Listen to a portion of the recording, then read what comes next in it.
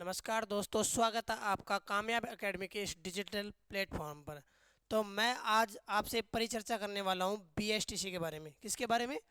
BSTC sorry BSTC 2026 के बारे में। ठीक है, बीएसटीसी 2026 के बारे में बात करता हूं। और मैं बता रहा हूं कि बीएसटीसी 2026 का जो मैं पहले पेपर की बात कर लेता हूं, कितने अंक का पेपर आता है हमारा। देखो, बीएसटीसी का जो पेपर है वो हमारे 600 अंक का पेपर आता है। पहले 600 अंक का पेपर आता है। अब उसमें क्वेश्चन कितने आते हैं? हमारे क्वेश्चन आते हैं उसमें कुल कितने? 200। यानी कि कुल जो हमारा एक क्वेश्चन है वो कितने अंक का है? 3 अंक का। यानी कि एक क्वेश्चन है वो हमारे कितने अंक का है? 3 अंक का। अब इसमें क्या क्या सिलेबस है वो बताते हैं। देखो सिलेबस क्या क्या है इसमें, एक मिनट। सिलेबस में मैं बता दूं आपको, पहले तो हमारी राजस्थान जीके, राजस्थान जो जीके है हमारी, उसके आएंगे हमारे 50 क्वेश्चंस। राजस्थान जीके के 50 क्वेश्चन आएंगे, यानी कुल कितने अंक का हो गया? 150 अंक का। राजस्थान जीके का वेटेज हो गया हमारा 150 अंक का। उसके बाद आएगी हमारी क्या? उसके बाद आएगी हमारी हिंदी। हिंदी के हमारे क्वेश्चन कितने आएंगे? हिंदी के हमारे क्वेश्चन आएंगे 30 क्वेश्चन आएंगे, यानी कि कुल 90 अंक का हमारा हिंदी का वेटेज आएगा। कुल 90 अंक का हमारा हिंदी का वेटेज आएगा। उसके बाद मैं कर लेता हूँ अंग्रेजी, इंग्लिश लैंग्वेज। अंग्रेजी में हमारे कुल 20 क्वेश्चंस आएंगे। ठीक है, कुल कितने आएंगे? 20 क्वेश्चन आएंगे। 20 क्वेश्चन यानी हमारा 60 अंक का इसका वेटेज रहेगा। ठीक है, अगला हमारा आएगा मानसिक योग्यता। मानसिक योग्यता योग्यता का आएगा जिसे हम कहते हैं क्या? रीजनिंग। क्या कहते हैं? रीजनिंग कहते हैं। ठीक है, तो रीजनिंग के कुल कितने क्वेश्चन आएंगे? 50 क्वेश्चंस।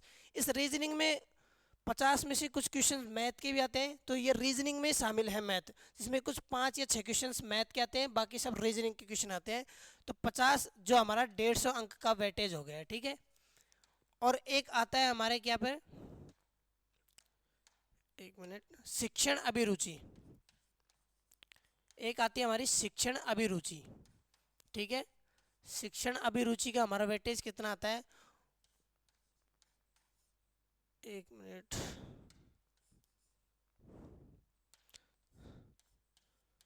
शिक्षण अभिरुचि का हमारा जो वेटेज है ये हो गए 50, 30, 20, 50 नंबर की। 50 नंबर की हमारी शिक्षण अभिरुचि के क्वेश्चन आएंगे। अब मैं आपको कौन सी सब्जेक्ट पढ़ाने वाला हूँ? मेरे जो सब्जेक्ट है वो इंग्लिश है। मैं आपको इंग्लिश सब्जेक्ट के बारे में बताऊंगा और उसको पढ़ाऊंगा, विस्तार पूर्वक पढ़ाऊंगा। ठीक है, देखो मैं इंग्लिश सिलेबस के बारे में बता रहा हूँ आपको, क्योंकि मेरे जो सब्जेक्ट है वो इंग्लिश है।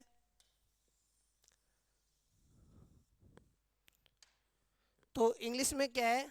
English syllabus. ठीक है, एक मिनट, मैं आपको इंग्लिश सब्जेक्ट पढ़ाने वाला हूँ।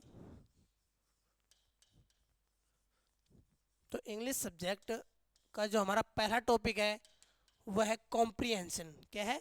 कॉम्प्रीहेंशन। कॉम्प्रीहेंशन, कॉम्प्रीहेंशन क्या है? कॉम्प्रीहेंशन, कॉम्प्रीहेंशन का मतलब होता है जो हमारा पैसेज नहीं आता, कॉम्प्रीहेंशन में हमारा जो पैसेज आता है। अब पैसेज का मतलब आप ये मत सोच लेना कि पैसेज तो सरल है। पैसेज ये कॉम्प्रीहेंशन में लगभग इसमें से जो हमारे 5 क्वेश्चन आते हैं। ठीक है, 5 क्वेश्चन आते हैं इसमें कॉम्प्रीहेंशन में। तो 5 क्वेश्चन में इसमें आप ये मत सोच लेना कि ये तो सरल है, पैसेज है, लाइन मिल जाएगी और आंसर बता देंगे। ऐसा बिल्कुल भी नहीं है, ये बिल्कुल दिमाग में बैठा लेना। ऐसे नहीं है। जैसे मैं आपको बताता हूँ एक क्वेश्चन एग्जाम्पल के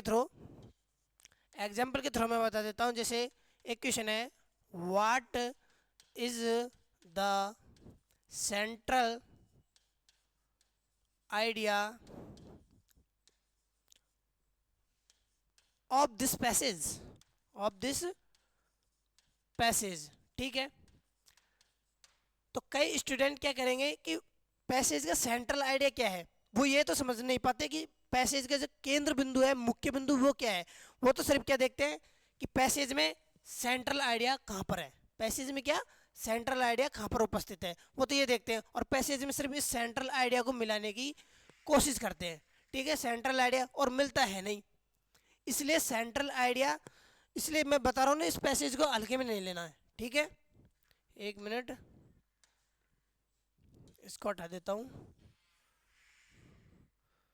अगला हमारा दूसरा जो टॉपिक है वो है स्पॉटिंग एरर्स। एक मिनट, दूसरा हमारा आता है स्पॉटिंग, एक मिनट, स्पॉटिंग एरर्स।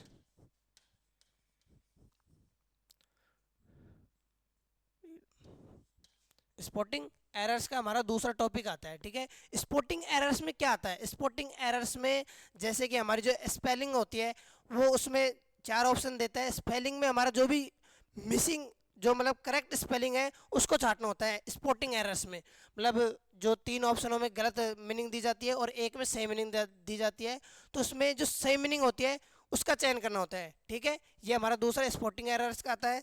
और तीसरा आता है हमारा नरेशन का। तीसरा क्या आता है? नरेशन का। तीसरा आता है हमारा नरेशन। नरेशन, नरेशन किसे कहते हैं? नरेशन में आते हैं direct speech and indirect speech, कथन। अब कोई बात है जिसे हम कहते हैं, तो लोग कहते हैं ना डायरेक्ट स्पीच में, मतलब डायरेक्ट तरीके से इसने ये बात कह दी। किसी ने मुझसे कोई बात की तो डायरेक्ट वे में हो गई, लेकिन उसी बात को किसी दूसरे व्यक्ति के पास जाकर कुछ बढ़ा चढ़ा कर कह दिया, उसको हम कहते हैं इनडायरेक्ट स्पीच में बात करना। क्या कहते हैं? इनडायरेक्ट स्पीच में। तो इसमें भी 2 भाग हो जाते हैं, डायरेक्ट और एक हो जाता है इनडायरेक्ट, ठीक है, डायरेक्ट और इनडायरेक्ट स्पीच, ठीक है। अगला हमारा आता है प्रीपोजिशन। अगला हमारा कौन सा है? प्रीपोजिशन। प्रीपोजिशन जो वाक्य को जोड़ने में, जैसे वाक्य के मध्य में प्रयोग किया जाता है, जैसे ऑन, एट, ओपन, ओवर, ऐसे हमारे प्रीपोजिशन आते हैं, ठीक है।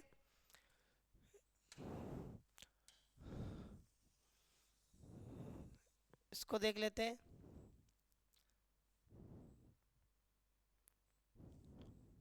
एक मिनट,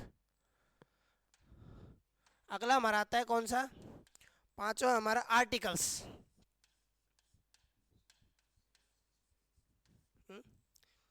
आर्टिकल्स आता है, एक मिनट रुक जाओ,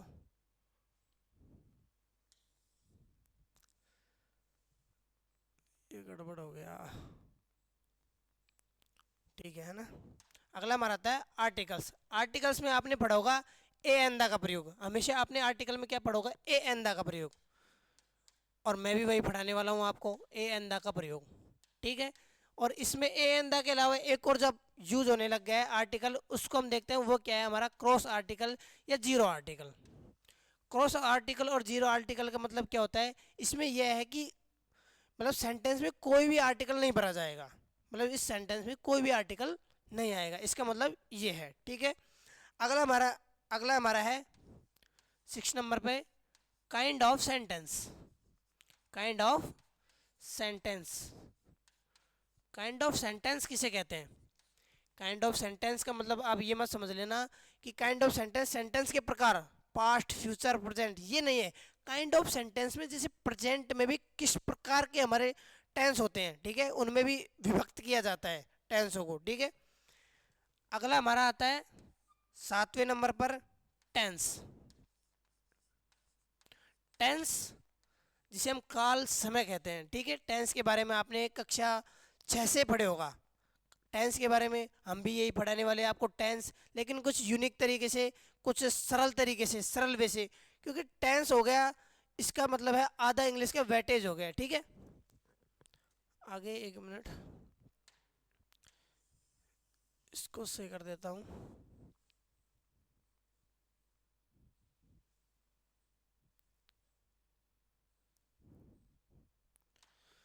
अगला पेज ले लेता हूँ, ठीक है। अगला हमारा कौन सा है?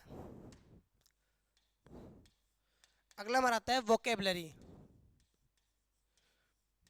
वोकेबलरी, ठीक है। अब वोकेबलरी में क्या है? वोकेबलरी जो हमारी मीनिंग्स आती है, मोस्ट मीनिंग्स, जो हमारे BSTC में ज़्यादातर मैं आपको मोस्ट मीनिंग्स लिखवाऊंगा और आपको भी याद करनी होगी। देखो वोकेबलरी में तो ये क्या है कि खुद को ही अपने द्वारा मीनिंग्स याद करनी होती है। मैं आपको मोस्ट इंपॉर्टेंट जो पहले बीएसटीसी में आ चुकी है, पहले एग्जामों में आ चुकी है, वो आपको मैं लिखवाऊंगा और वो आपको याद करनी है। वो जरूर, वो आपके ऊपर है याद करना। मैं आपको सरल वे बताऊंगा याद करने का, लेकिन वो याद करने का आपके ऊपर है, ठीक है। अगला हमारा कौन सा है, आठवां। आठवें पे आते हैं हमारे सेंटेंस कॉम्प्लीशन। सेंटेंस कॉम्प्लीशन, ठीक है। सेंटेंस कॉम्प्लीशन क्या होता है? सेंटेंस कॉम्प्लीशन होता है कि सेंटेंस को कंप्लीट करना। हमें सेंटेंस क्या दे देगा, अधूरा सेंटेंस दे देगा, ठीक है। उसको हमें क्या करना है, पूरा करना है, ठीक है। अगला क्या आता है हमारा, अगला आता है हमारा correction of sentence. Correction of sentence. अब करेक्शन ऑफ सेंटेंस क्या है, ठीक है। करेक्शन ऑफ सेंटेंस क्या है, मतलब जो हमारे सेंटेंस दिया जाता है उसमें कुछ गलती होती है, जैसे एडवर्ब, वर्ब्स, और जैसे एडजेक्टिव, नाउन, प्रोनाउन, इनकी जो भी मिस्टेक्स होती है, उसमें गलतियाँ होती है, उनको हमें सही, मतलब सही वाक्य छांटना होता है, किसमें सही तरीके से हर चीज़ का प्रयोग किया जा रहा है, ठीक है।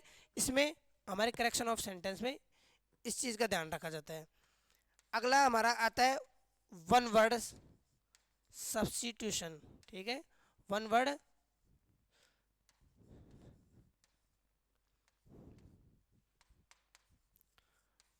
One word substitution.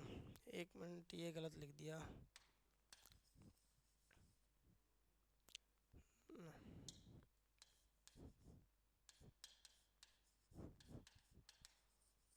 ठीक है, one word substitution. One word substitution जो आपने कक्षा 8 से पढ़े होंगे, लेकिन कक्षा 8 में तो सर आते हैं जैसे पर्सन टीच अस, ठीक है। तो ऐसे तरीके के नहीं आएंगे, लेकिन आपको पढ़ाया जाएगा, वो सरल वे से पढ़ाया जाएगा, ठीक है। इसमें आते हैं। अगला हमारा आता है स्पेलिंग एरर्स। स्पेलिंग एरर्स या, हाँ, स्पेलिंग एरर्स ही है, ठीक है। स्पेलिंग एरर्स में भी हमारे जैसे सेंटेंस एरर्स आए थे, सेंटेंस एरर, एरर जैसे सेंटेंस में कोई भी कमी हो जाती है, जैसे स्पेलिंग एरर्स में भी है कि स्पेलिंग एरर्स में जो भी कोई गलती होती है स्पेलिंग एरर्स की, उनको देखा जाता है, ठीक है। ये है।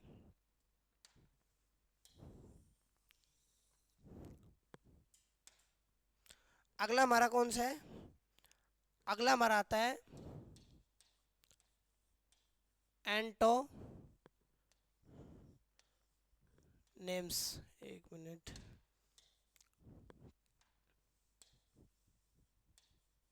एंटोनिम्स। एंटोनिम्स यानी क्या होता है, एंटोनिम्स यानी होता है विलोम शब्द। क्या होता है एंटोनिम्स यानी विलोम शब्द, ठीक है। एंटोनिम्स यानी होता है हमारा विलोम शब्द। विलोम शब्द जो आपको इनकी पीडीएफ प्रोवाइड की जाएगी और आपको समझाया भी जाएगा विलोम शब्द, ठीक है। अगला आता है हमारा सिनोनिम्स। अगला हमारा क्या आता है, सिनोनिम्स। सिनोनिम्स क्या होता है हमारा, पर्यायवाची शब्द। सिनोनिम में हमारे क्या आते हैं, पर्यायवाची शब्द, ठीक है। पर्यायवाची शब्द आते हैं, इनको भी आपको बताएंगे। अब आते हैं हमारे क्या, शायद हो गया है हमारा सिलेबस, तो हो गया है, ठीक है। हमारा सिलेबस कंप्लीट हो गया है। मैं आशा करता हूँ कि मैं अपनी तरफ से आपको 100% देने का प्रयास करूँगा, और यही उम्मीद करता हूँ कि आप भी इस क्लास से या फिर आने वाली हर क्लास से अपना 100% लेने का प्रयास करेंगे। धन्यवाद।